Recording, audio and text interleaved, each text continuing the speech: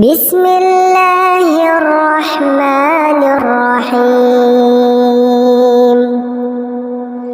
هل أتى على الإنسان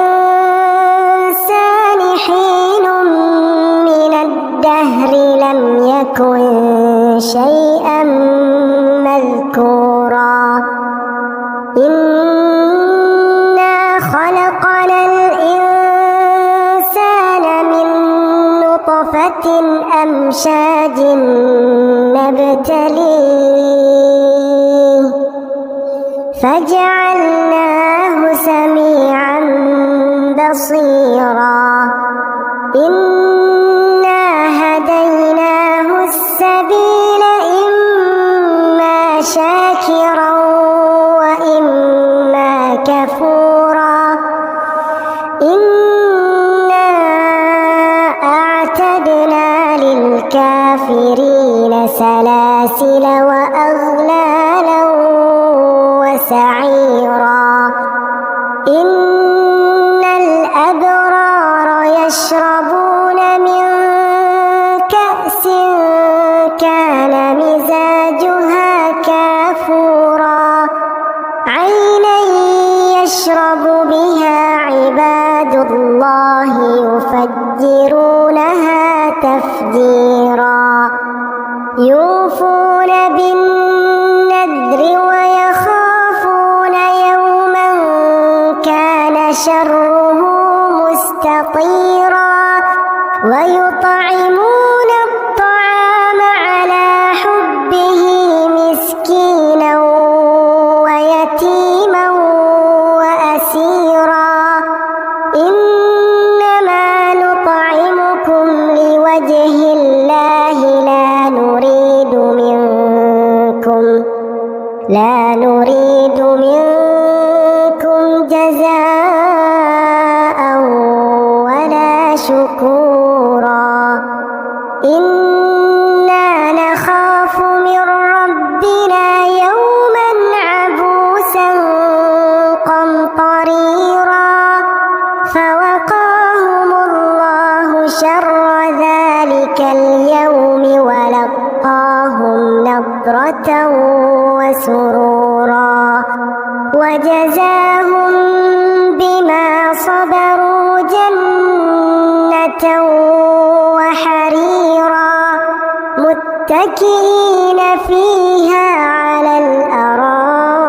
الأرائك لا يرون فيها شمسا ولا زمهريرا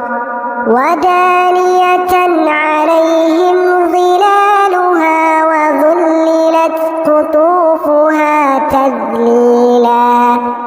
ويطاف عليهم بآنية من فضة وأكواب كانت قوارير من فضة قدروها تقديرا ويسقون فيها كأسا كان مزاجها زنجبيلا عينا فيها تسمى سلسبيلا ويطوف عليهم ولدان مخلدون إذا رأيتهم حسبتهم لؤلؤا منثورا وإذا رأيت ثم رأيت نعيما وملكا كبيرا عاليهم ثياب سندس خضر واستبرق وحلوا أساور من فضة وسقاهم ربهم شرابا طهورا إن هذا كان لكم جزاء وكان سعيكم مشكورا إنا نحن نزلنا عليكم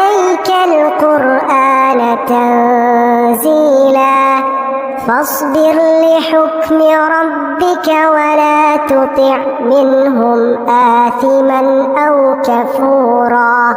واذكر اسم ربك بكرة وأصيلا ومن الليل فاسجد له وسبحه ليلا طويلا إن هؤلاء يحبون العاجلة ويذرون وراءهم يوما ثقيلا نحن خلقناهم وشددنا أسرهم وإذا شئنا بدلنا أمثالهم تبديلا إن هذه تذكرة فمن شاء اتخذ إلى ربه سبيلا وما تشاءون إلا أن يشاء الله إن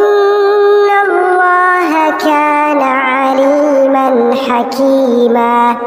يدخل من يشاء في رحمته والظالمين أعد لهم عذابا أليما.